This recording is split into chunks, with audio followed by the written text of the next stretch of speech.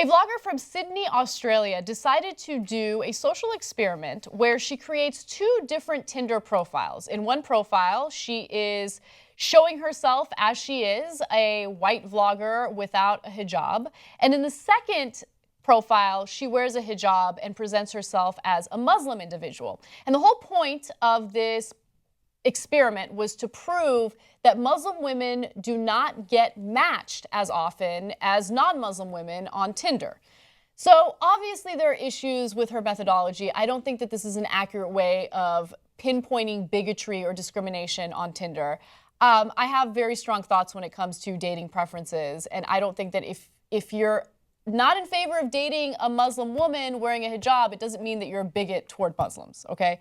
I have my dating preferences, doesn't mean that I discriminate against other groups of people. I just like Latino men, right? That's just, it's what I like. It's what I like. That doesn't mean that I dislike white men or that I dislike any other man of a different background. I just have my dating, what turns me on, turns me on. It's that simple. Mm-hmm. So there's that part. But then there's also some of the criticism that she got because people felt that this was an example of cultural appropriation. So let's touch on that a little bit.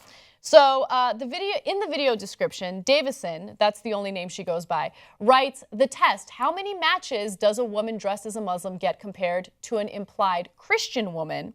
After hundreds of swipes and matches, the data shows that Christian Sarah was much more sought after on Tinder than Muslim Sarah. At the end of the video, we learned that Davison's Muslim profile was reported to Tinder and under review, which she believes is a product of the hijab and not because people recognize it as a fake profile. So I don't think Tinder is going to take down your profile if you wear a hijab. I've seen plenty of hijabs on Tinder, and my brain is exploding in many ways. I can't wait for you to jump in, so do it. Jump in. Well, first of all, you do not have to dress like someone in order to show your support for them. Mm-hmm. Please stop this cultural misappropriation that is so widespread and happening. And also, her methodology is so ridiculous that it makes that she was never going to have any true finding on it. Mm-hmm. And also, I think it's pretty obvious that someone who appeals to other Christians is going to get Christians who appeal back to them. And I don't know if she ever even tried to appeal to Muslim men. Yeah, that's a good point. There was an interesting piece written in New York Magazine, I believe it was, basically talking about, it was a late December story in the Washington Post by a former Muslim journalist. And they were trying to make the point about how, look, all the women who are trying to stand in solidarity with Muslim women, we hear you, we love you, but please don't wear the hijab because we don't, according to them, not all Muslim women, okay, but at least for them, they feel like the hijab is an old school Muslim tradition that they want to reject. So they feel like wearing a hijab or any type of Muslim headdress in order to stand in solidarity actually sends the wrong message. That's their point of view. I think that's a really interesting point of view. And I have to be honest with you, I hate those headdresses because I think that they do symbolize, oppression in some ways. They do symbolize this misogynistic idea that women need to cover up. I don't agree with it, right?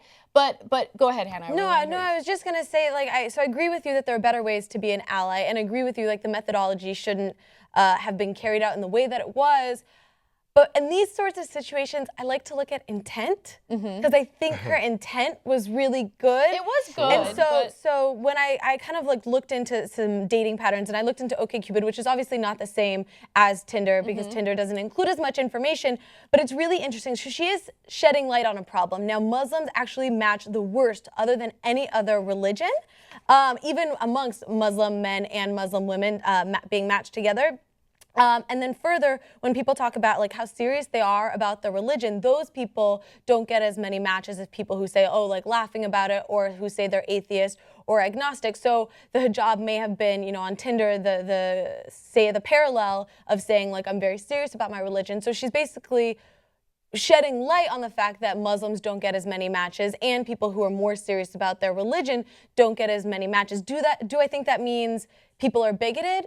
No, I think that means that people want to match with people who they have similar lifestyles with, and maybe somebody who's on a dating site might be less serious about religion unless they're on like a specialized dating site. I agree with you on that 100%. Yeah. And I'm going to keep it 100% real with you guys. If I see a guy in a profile wearing a crucifix, I'm going to swipe left. If I see a guy wearing a yarmulke, I'm going to swipe left. I'm an atheist. I don't want to date someone who's religious, who takes their religion seriously. That's my lifestyle and that's my dating preference. That doesn't make me a bigot. That doesn't mean that I want, you know, unequal rights for these people. It doesn't mean that I look down at them. It just means that I'm attracted to what I'm attracted to.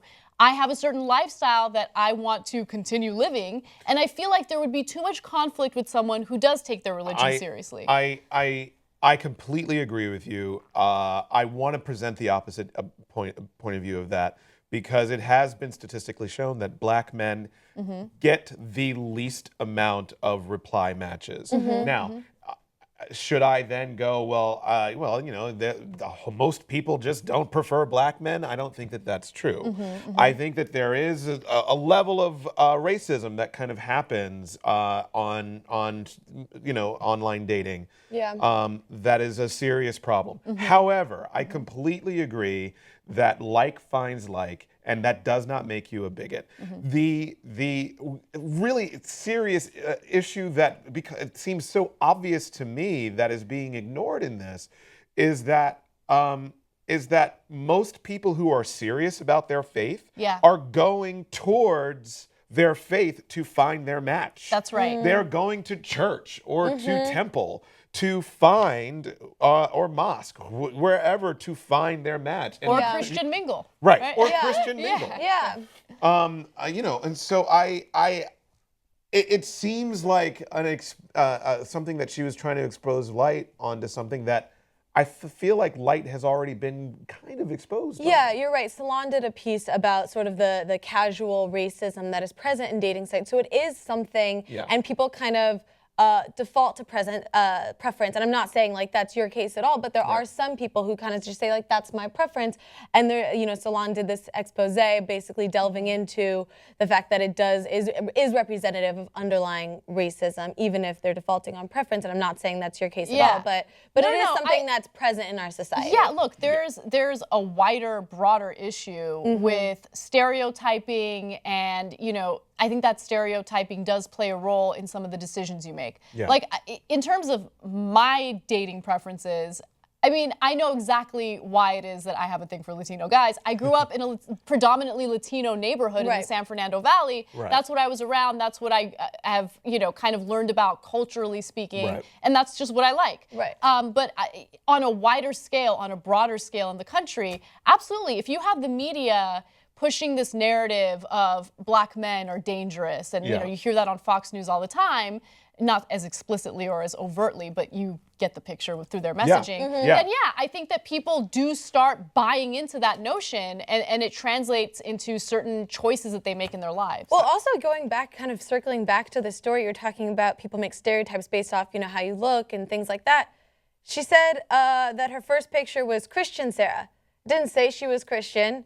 It didn't have a cross. She's just assuming because she wasn't wearing a hijab, everybody's going to assume she's Christian. Which exposes her own bias. That exactly. So that's what I was getting to, because it makes no sense. And so the methodology is totally flawed when you're talking about that, because you can't compare unless you flat out say, I am Christian. You know what I mean? You can't compare the religions in that sense. Exactly. Also, can we just talk about the fact that her hijab was awful? It kind of looks like what some like flamenco dancers wore back in the day. Am I right? Like grandma flamenco dancers. Anyway, I don't know if that makes any sense. I get it. But I think Hannah made a really good point about how her heart was in the right place. She's not a bad person. No. She's not like a freaking rocket scientist that's going to do a perfect study that's sound methodology wise. And so I don't want to be too hard on her, but don't take too much seriousness with her experiment.